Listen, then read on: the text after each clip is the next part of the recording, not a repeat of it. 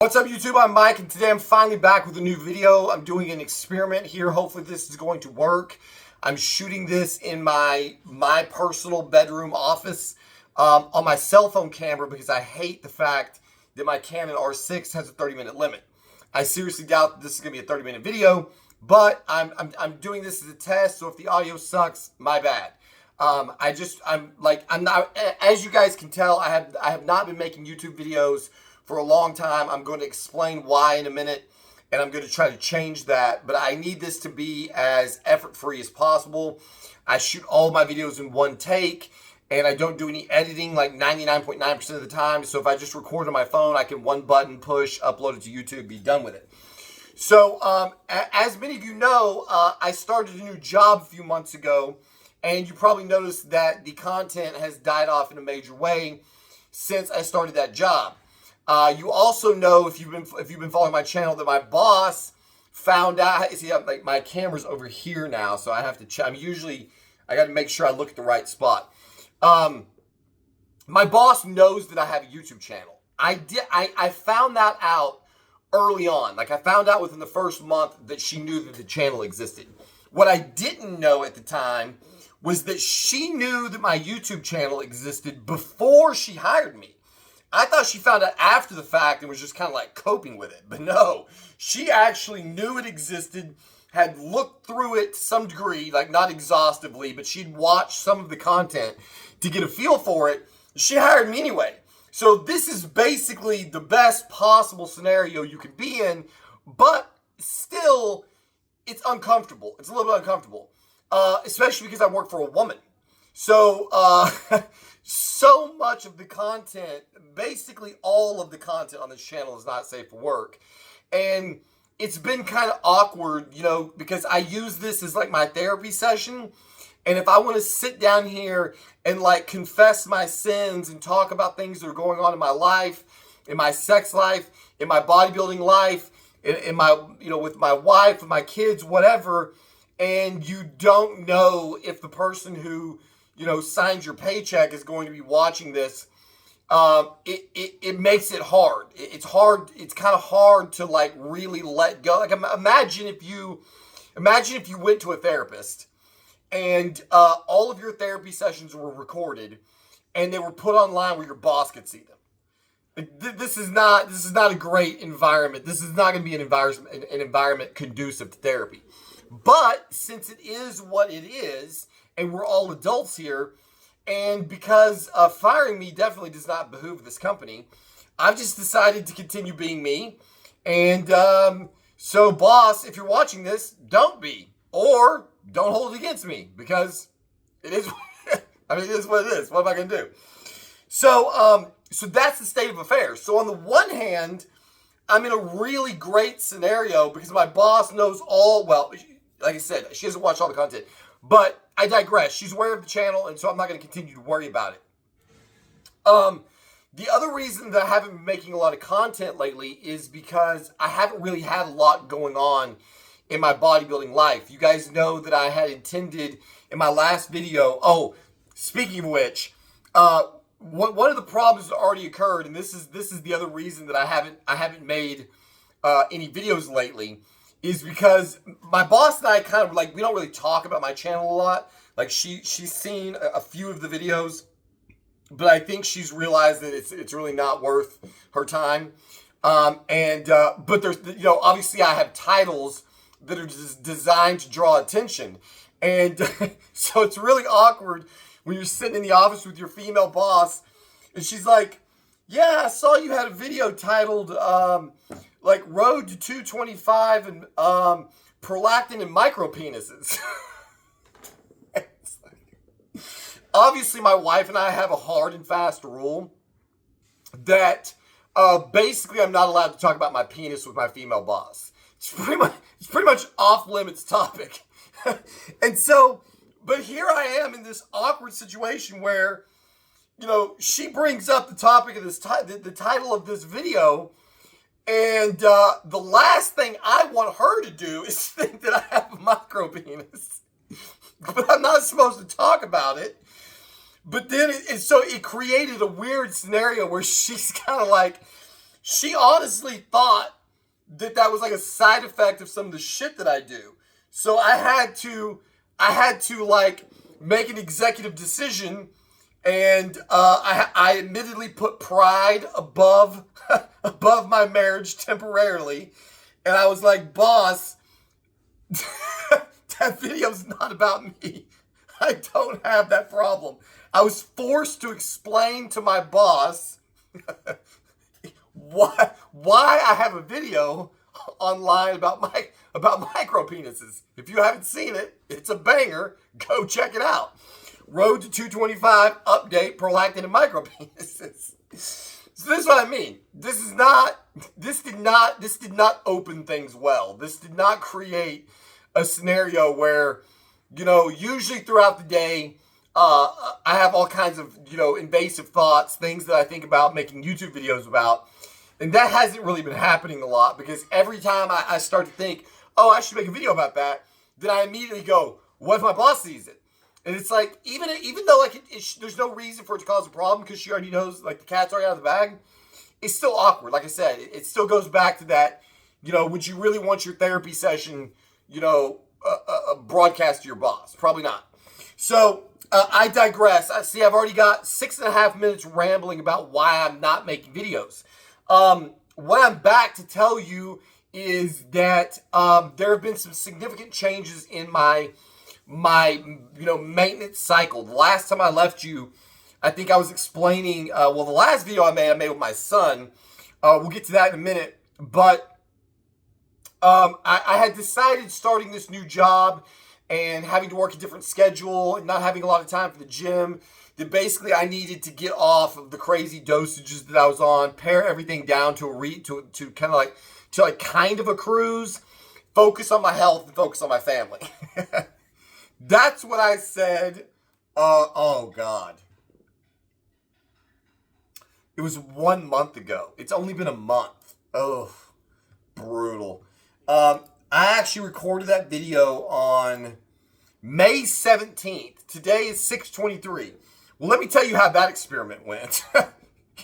It failed massively. So at the time of the making of that video, about a month ago, I was running 600 milligrams of Mast E, like 300 milligrams of NPP, 70 milligrams of Tren E, and I think 350 milligrams of Proviron a week at that time. I had been reporting on my pervasive D-game problems, that I was having a lot of problems in the bedroom with Deca-D type situations, all of the familiar things that happen when your prolactin gets out of control.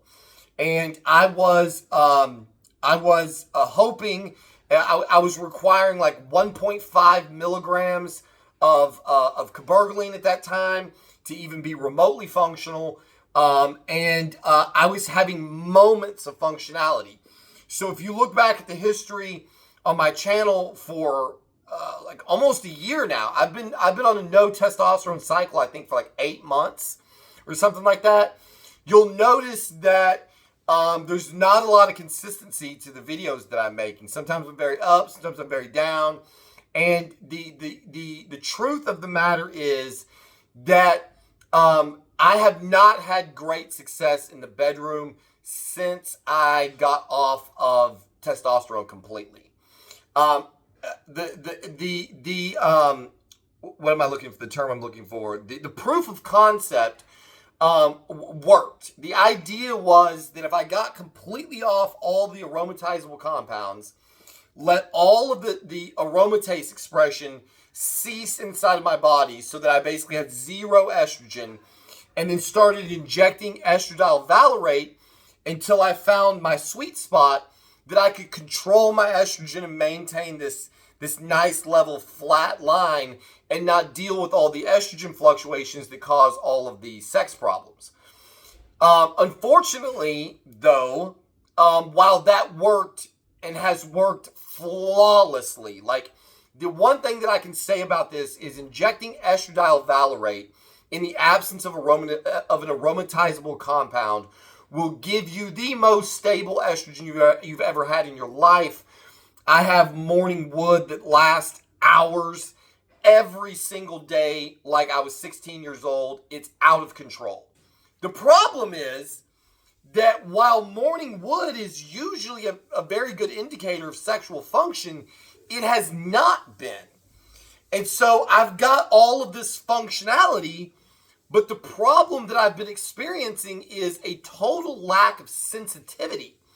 And this has basically been coming and going since I got off testosterone. So I've had moments of functionality, and what I have been blaming it on for the past almost year is my inability to control my prolactin. So I solved one problem by taking all of the aromatizable compounds out and just pounding away with 19 NOR compounds and DHT derivatives and having dead-ass stable estrogen levels, which solves all of the estrogen-related problems. But I can't, you guys know I can't stay on any dose for any length of time. And so I'm taking different doses of 19 NOR drugs that are causing my prolactin levels or whatever 19 NOR drugs do, causing that to yo-yo all over the place. And so I keep going back and forth between high or potentially low prolactin and all of the problems that can cause. So basically there's just this experiment in hoping that I could build this Olympia level physique without testosterone and without having to deal with Arimidex and maintaining all of these super stable hormone levels. It just hasn't worked in practice. Now, let me preface that by saying this entire time that I've been running no testosterone, DHT derivatives, and 19 NOR drugs, as long as I manage my prolactin with cabergoline, I feel amazing. I'm happy, upbeat, like I have tons of energy, like psychologically I'm doing great. The problem is that I don't know, I forget girls exist. I have basically no libido, and every time I try to engage in any kind of sexual activity, it basically is a total fail, because on the one hand I don't really want to do it. I'm only doing it because I know I should be doing it. And on the other hand, there's something wrong. Like I may have neutered myself is what I'm beginning to be afraid of. I've heard anecdotal reports of guys blasting like nandrolone for extended periods of time and supposedly neutering themselves. I don't know if the triple 19 mafia combination of mint, nandrolone, and trenbolone completely broke me physiologically, but I have little to no penile sensitivity. I have struggled to finish. It's just been a disaster, guys. Like I'm disconnected to my wife. I'm disconnected from the act. I don't really have any libido. It's basically made me like a eunuch. And so on the one hand, it's like really great, because for the first time in 44 years, sex is just never a problem for me. I don't need it. I don't want it. I don't care about it. I'm not getting in trouble by talking to other girls. I'm not looking at other girls. I'm not chasing other girls. So like girls are a complete non-factor. But meanwhile, my wife's over here running Primo and Anavar. Her libido's through the roof. She's climbing the fucking walls for it around here. And I've got like no ability to give a shit. And so after just so much experimentation, trying to dial everything in, I got my E2 dialed in perfectly, confirmed with blood work. I had my prolactin down to where I was happy and functional, and I could finish, and I could maintain erections, and everything was working. Except I had no sensitivity and no libido. So it's like, yeah, I can technically function. I can satisfy her all day long, but I don't want to be in the game. I don't care about the finish. Sometimes I can't finish at all. It's just a total disaster. It's made me literally feel like a eunuch. And the only thing that I can think of that could be causing this problem, other than that I have totally broken myself permanently, is that I am dealing with what guys, I think they call it post-finasteride syndrome. I'm getting to believe that I am dealing with a lack of DHT because I don't have anything to 5-alpha reduce. I had hoped that Masteron and Primobolan, Masteron and Proviron would fulfill the physiological functions of DHT. And the reason that I'm beginning to believe that they don't is because when researching what DHT does, one of the things that it talks about is that it acts in penile tissue. That DHT has a role in not only libido and sexual desire and sexual function, but in actual sexual sensitivity. And so I'm beginning to wonder if I have had so little DHT for so long that I basically cannot feel my junk anymore. And at least at this point, I'm hoping that's what's wrong. Because if it's not, then I have massively broken something. So today, I'm starting a new experiment. Today, what I'm trying to do is get to my wife and I talked about it last night. She's like, okay, so if this is what you think is going on, basically, like, what are the options?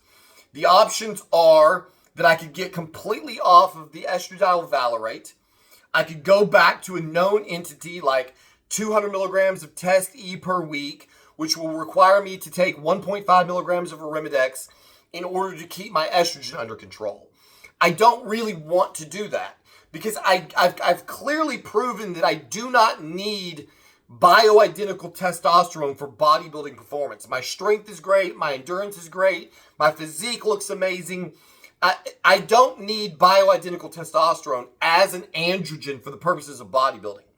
So what I am going to attempt to do now is to try to find a dose of testosterone that will produce both a physiological amount of estradiol.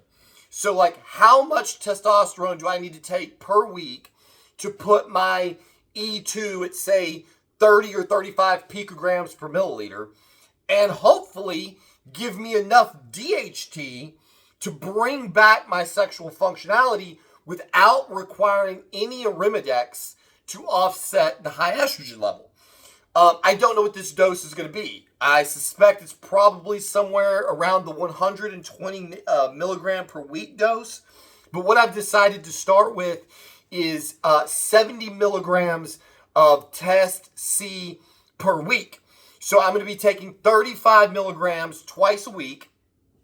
And as I start coming up on the testosterone, I'm slowly going to taper down the estradiol valerate as needed.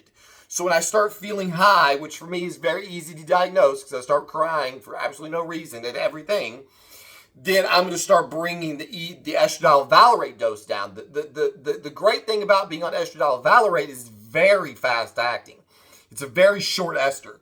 So like if I miss a shot, I know. So like today or tomorrow, I think when I do my shot, I've been pinning 5 units of estradiol valerate. I'm going to drop to 4 units and hope that there's enough aromatase expression of the 70 milligrams of Test C to keep me in the sweet spot. I suspect that it'll be too much, and so I'll probably have to keep coming down on the estradiol valerate. And the idea is to, in a perfect world, I would get completely off the estradiol valerate, find an amount of testosterone the injectable testosterone that puts my E2 in the sweet spot and gives me a physiological amount of DHT so that all of my functionality can return. Then I can still be free to run 19 NORs and DHT derivatives with impunity, other than having to manage my prolactin. Another thing worth mentioning is that my dosages did not stay in the cruise zone that I had discussed. I did get completely off the nandrolone because I was afraid it was causing the Decade problem. So what I did do was I dropped all the way. I got to a point where I was taking 600 milligrams of Masteron per week and 70 milligrams of Tren E per week. That was the lowest I ever got. And then I was feeling pretty good, but my D game started flagging again, so I added back in the Proviron. So I was on Proviron at 25 milligrams a day, which is like 175 milligrams a week, and 600 milligrams of Masteron and 70 milligrams of Tren Ace. Excuse me, Tren E. Then when I started my new job, I needed to get up and go in the morning because I do not naturally live this schedule. My boss is very cool. She doesn't make me get up at 6:30 in the morning to go to meetings and crap. So I get to start my day a little bit later than is typical. But it's still earlier than I really like. Naturally, if I was living my own, if it was totally up to me, I would not get out of bed until 11 a.m. every single day. That's my sweet spot. I want to be up till 3 or 4 o'clock in the morning and get up at 11 a.m. and I could do my job and still do it better than anybody in the company. I've done this before, actually. I lived that schedule unbeknownst to my boss when I worked at Sunbelt Material Handling. When I was working at Sunbelt Material Handling and I was the number one salesman in the company, I slept until at the earliest 10 a.m. every single day, most of the time closer to 11, got up, worked about 4 hours a day, and outworked everybody in the entire company. So it just doesn't take that many hours in sales to get your job done, but I certainly don't think my boss is going to go for that. So I need a little bit of extra get up and go to get through my day, and so I have been using Tren Ace to do it. And what started out at like 3 milligrams of Tren Ace twice a day has now climbed all the way to 7 milligrams of Tren Ace twice a day. And so now we're back to really a bodybuilding level of androgens. I'm running 600 milligrams of Masteron E. I'm running about 170 to 170 milligrams of Tren Ace. Excuse me, that's not true. I'm running 14 milligrams of Tren Ace per day. Baby math. 7 times 14. Plus 70. So I'm on about 170 milligram total. I'm running 70 milligrams of Tren E per week, and on average about 14 milligrams of Tren Ace per day. So we're at about 170 milligrams of total Tren. At that dosage, I'm not having any psychological issues, no fights with coworkers, none of the things that you would expect from high dose Tren. Perfectly manageable. Although I'm not requiring much sleep. It's too much. It's too much. I definitely need to taper it down. But you know what happens? So what happened? I was doing a good job of keeping the doses low, just taking as much as I needed to have constant energy all day, not be tired, not be flagging, be able to make the best sales calls that I can make, stay high energy, stay focused, and stay on top of my game. And then the dosage creep got up there a little bit, and then that Tren sexual aggression came back, and when that happened, I was done. Because that was the only positive in my sex life was the Tren sexual aggression, and I was like, oh God, I gotta have something, And so when that happened, I kind of just committed to stay on a higher dose. I think it's also probably a combination of the fact that it's like the one thing creates the other. So like I'm using Tren to stay awake during work, but that's negatively affecting my sleep, which is causing me to actually need more Tren the next day because I didn't get as restful sleep as I otherwise would. And so then the dose climbed, and now we're here at the situation we're in. So what I'll probably eventually do is pull my head out and focus on getting good quality sleep and get the doses back to minimal functional doses. See, this is what I mean. This video, my boss can watch this entire video. It is what it is. So that's where I'm at. Work is going great, honestly. But the last 2 weeks, I hit a snag at work. It's like everything that could possibly fit, all the pieces were falling into place. I was closing deals left and right. I was outpacing all the other sales guys. I was constantly getting bragged on by my boss. They were acting like I was the second coming of Christ. And then boom, the bottom fell out. And coincidentally, the bottom fell out right about the time I stopped making YouTube videos. And so, what I think is that I have offended the Tren God.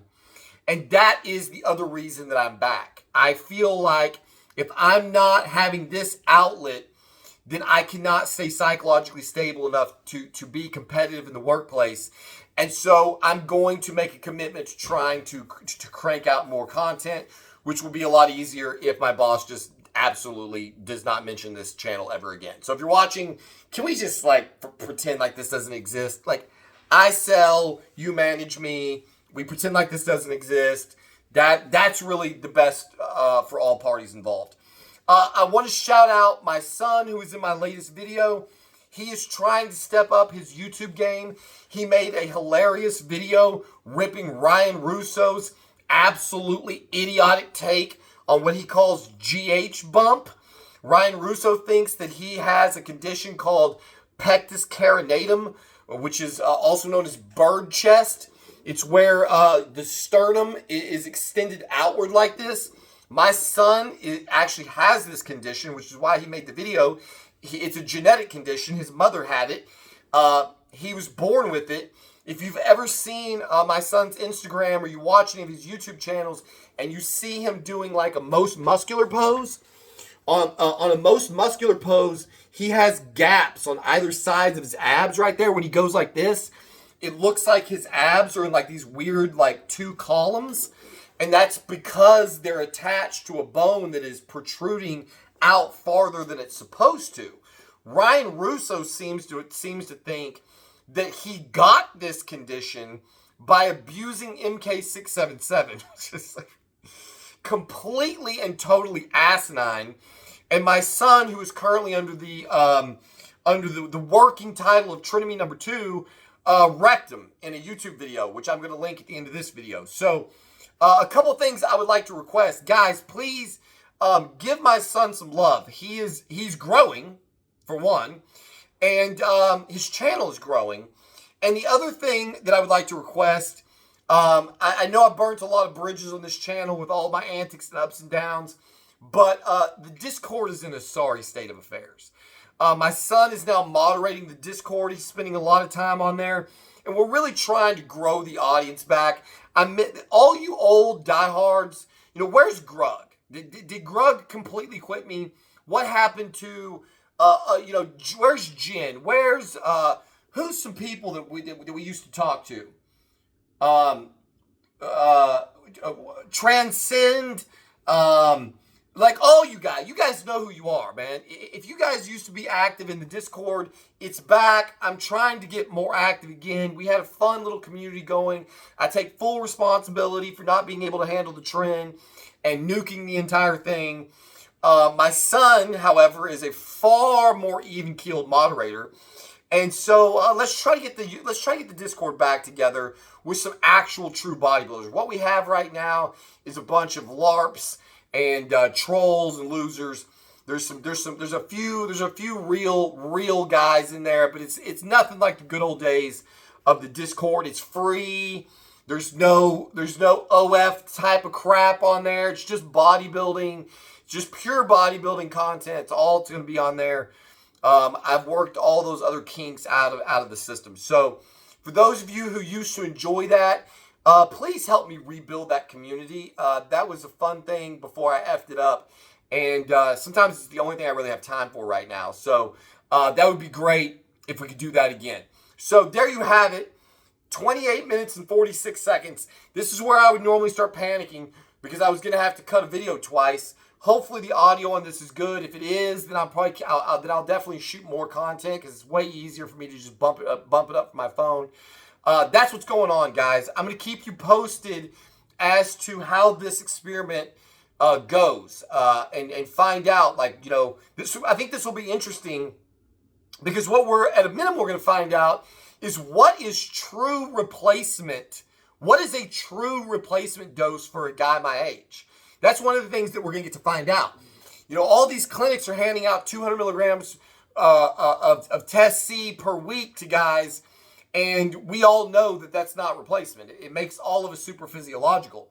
And so what's going to be really interesting is to see how much T can you inject without having to use any Arimidex and keep all of your physiological functions in line. I think that's going to be interesting data to find out. And hopefully it repairs my D game. because honestly, I'm at my wit's end. I don't know why lack of DHT would be causing this, other than like anecdotal post finasteride syndrome. Cavalser, if you're in the audience, please get back in the Discord if you got the time. Also, what do you think, man? Did I neuter myself? Am I a eunuch? Is life over for me? Because all this started when I decided to run the 19 NOR compound. That may have I may have irreparably damaged myself running 319 NOR compounds, because I have never been the same since. I'm hoping against hope that DHT is the problem, and we should find out soon enough, because I injected the testosterone this morning. So I am officially today back on T. We're going to start at 70 milligrams of Test C. I'm going to keep my Tren Ace at about 14 milligrams a day, probably. On the weekends, I usually go a little bit lower. So we're probably going to be running Tren Ace around 14 milligrams a day. Tren Ace at 70 milligrams a week. Masteron's currently at 600 milligrams. And if I actually get back into a bodybuilding mode, then I'm going to go up on the Masteron. I recently tried to add in 200 milligrams of Primobolan, and I can't take it. I can't take it. I cannot pin 200 milligrams per milliliter Primobolan. It just turns my entire shoulder into a massive bruise.